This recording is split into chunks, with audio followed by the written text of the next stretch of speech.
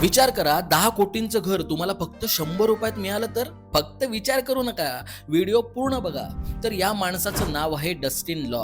याला बिझनेसमध्ये प्रचंड लॉस झाला होता, म्हणून त्याने त्याचं घर 10 कोटी रुपयाला विकायला काढलं. पण कोणी घर विकत घेईना. मग त्याने घराची किंमत 5 कोटी केली, तरी कोणी घेईना.